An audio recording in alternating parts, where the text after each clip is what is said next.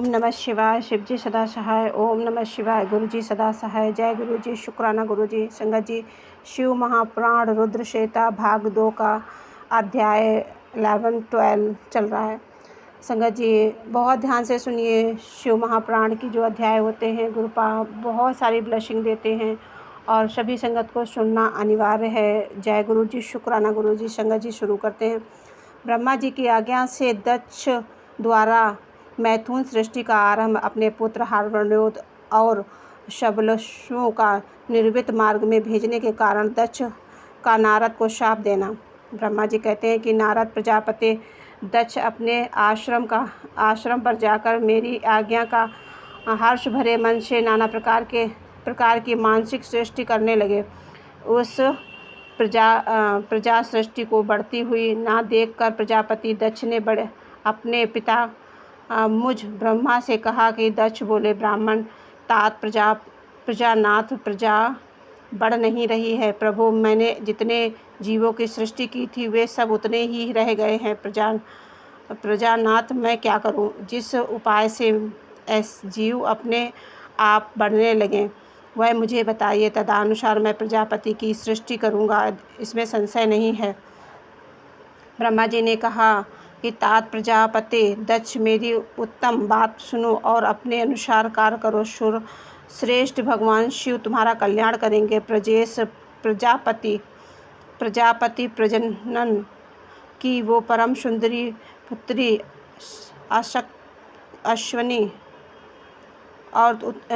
अश्वनी है और उसे तुम तुम्हारी पत्नी रूप में ग्रहण करो। वह स्त्री के साथ मैथुन धर्म का आश्रय लो और तुम इस प्रजा सर्ग को बढ़ाओ। अश्विनी जैसी कामनी के गर्भ से तुम बहुत सी संतानों को उत्पन्न करोगे। तदनंतर मैथुन धर्म से प्रजा की उत्पत्ति करने के लिए उद्देश्य प्रजापति दक्ष ने मेरी आज्ञा के अनुसार वीरण प्रजापति की पुत्री के साथ विवाह किया। अपनी पत्नी वीरणी के धर्म से प्रजापति दक्ष ने 10,000 पुत्र उत्पन्न किए जो हार्यवश्य कहलाए और मुने वे सब के सब पुत्र समान धर्म का आचरण करने वाले हुए। पिता की भक्ति के तत्पर रहकर वे सदा वैदिक मार्ग पर ही चलते थे। एक समय पिता ने अपने प्रजा की सृष्टि करने का आदेश दिया। तब वे सभी दक्षारायण नामधारी पुत्र सृष्टि के उद्देश्य से तपस्या करने के लिए पश्चिम दिशा की ओर चले गए। वहाँ नारायणसर नामक परम पावन तीर्थ है जहाँ दिव्य सिंधु नंद और समुद्र का संसर्ग हुआ है। उस तीर्थ जल का ही निकट से स्पर्श करते हुए उनका अंतकरण शुद्ध और ज्ञान से संपन्न हो गया। उनकी आंतरिक मल राशि धुल गई और वे परमहंस धर्म में स्थित हो गए। दक्ष के वे सभी पुत्र पिता के आदेश में बंधे हुए थे, अतः मन को सुदृढ़ करके प्रजा की वृद्धि के लिए उन्हें वहाँ तपस्या करने लगे। वे सभी सत्पुरुषों में श्रेष्ठ थे। तो नारद, जब तुम्हें पता लगा कि हार्यवर्ण गण सृष्टि के लिए तपस्या कर रहे हैं, तब भगवान लक्ष्मीपति के हार्दिक अभिप्राय को जानकर तुम स्वयं उनके पास गए और आदरपूर्वक यूँ बोले कि दक्ष पुत्र हार्यवर्ण, तुम लोग पृथ्वी का अंत देखे बिना सृष्टि रचना करने के लिए कैसे उद्यत हो गए? ब्रह्मा जी वो कहते हैं कि नारद आलस्य से दूर रहने वाले थे। वे जन्म काल से ही बड़े बुद्धिमानी थे। वे सब के सब तुम्हारा उपर्युक्त कथन सुनकर स्वयं उस पर विचार करने लगे। उन्हें यह विचार किया कि जो उत्तम शास्त्र रूपी पिता की निवृत्त परक आदेश को नहीं समझता, वह केवल रज आदि गुणों का भी विश्वास करने वाला पुरुष सृष्टि निर्माण का कार्य कैसे कर सकता है। ऐसा निश्चय करके वे उत्तम बुद्धि और एक चित्त वाले दक्ष कुमार नारद को प्रणाम करके उनकी परिक्रमा करके ऐसे पथ पर चले गए जहाँ जाकर कोई वापस नहीं लौटता। नारद, तुम भगवान शंकर के मन को और मुने, तुम समस्त लोकों में अकेले विचरण करते हो, तुम्हारे मन में कोई विकार नहीं है, क्योंकि तुम सदा महेश्वर की मनोवृत्ति के अनुसार ही कार्य करते हो। जब तुम समय बीत गया तब मेरे पुत्र प्रजापति दक्ष को यह पता लगा कि मेरे सभी पुत्र नारद से शिक्षा पाकर नष्ट हो गए, मेरे हाथ से निकल गए। इसमें उन्हें बड़ा दुख हुआ। वे बार बार कहने लगे, तुम उत्तम संतानों का पिता होना शोक का ही स्थान है, क्योंकि श्रेष्ठ पुत्रों के बिछो जाने से पिता को बड़ा कष्ट हुआ। शिव की माया से मोहित होने से दक्ष को पुत्र वियोग के कारण बहुत शोक हुआ। तब मैंने आकर अपने बेटे दक्ष को बड़े प्रेम से समझाया और प्रस्तावना देकर दैव का विधान प्रबल होता है इत्यादि बातें बताकर उनके मन को शांत किया। मेरी प्रस्तावना देने पर दक्ष पुनः पंचन जनकन्या अश्विनी के गर्भ से शबलाशक्त नाम के एक सहस्त्र पुत्र उत्पन्न किए। पिता का आदेश पाकर वे पुत्र भी प्रजा सृष्टि के लिए दृढ़तापूर्वक प्रतिज्ञा का पालन का नियम ले सभी स्थान पर गए, और जहाँ उनकी सिद्धि को प्राप्त हुए बड़े भाई गए थे, नारायण सरोवर के जल का स्पर्श होने मात्र से उनके सारे पाप नष्ट हो गए, अंतकरण शुद्धता आ गई।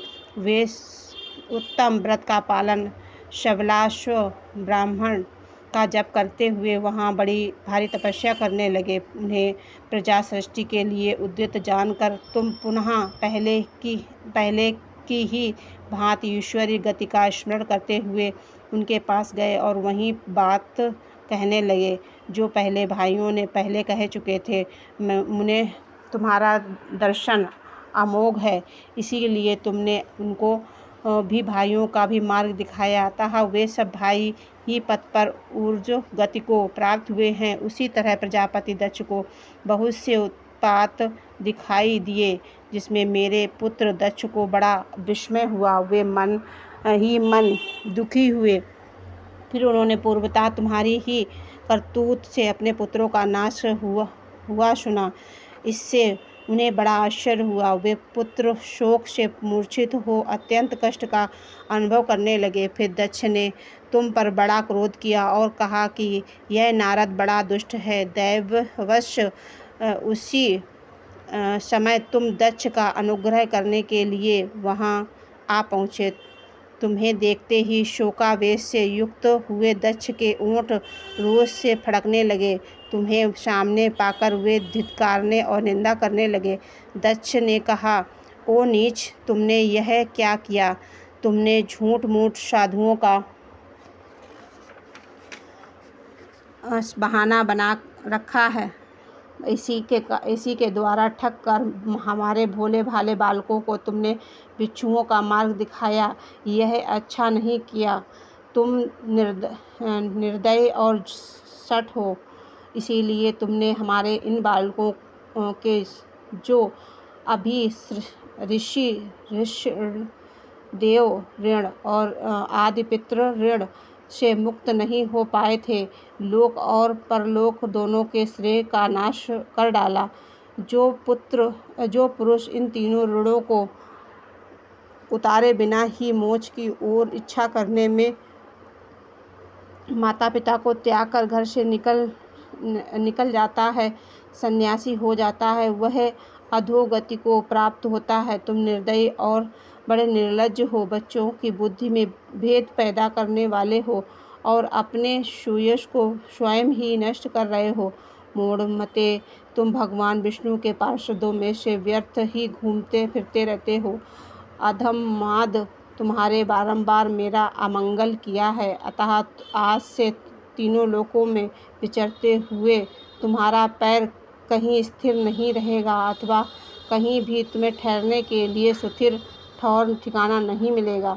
नारद, यद्यपि तुम साधु पुरुषों द्वारा सम्मानित हो, तथापि उस समय दक्ष से शोकवश तुम्हें वैसा शाप दे दिया। वे ईश्वर की इच्छा को नहीं समझ सके। शिव की माया ने उन्हें अत्यंत मोहित कर दिया था। मुने, तुमने उस शाप को चुपचाप ग्रहण कर लिया और अपने चित्त को विकार नहीं करने दिया। यही ब्रह्म भाव ईश्वरी कोटि के परमात्मा पुरुष स्वयं शाप को मिटा देने में समर्थ होने पर भी उसे सह लेते हैं। जय गुरु जी, शुक्राना गुरु जी, अनंत कोटि शुक्राना। आपने सुना संगत जी, बच्चों के मुंह में कैसे उन्होंने श्राप दे दिया। शुक्राना गुरु पिता, एक नया अध्याय सिखाने के लिए श्वास श्वास शुक्राना शुक्राना।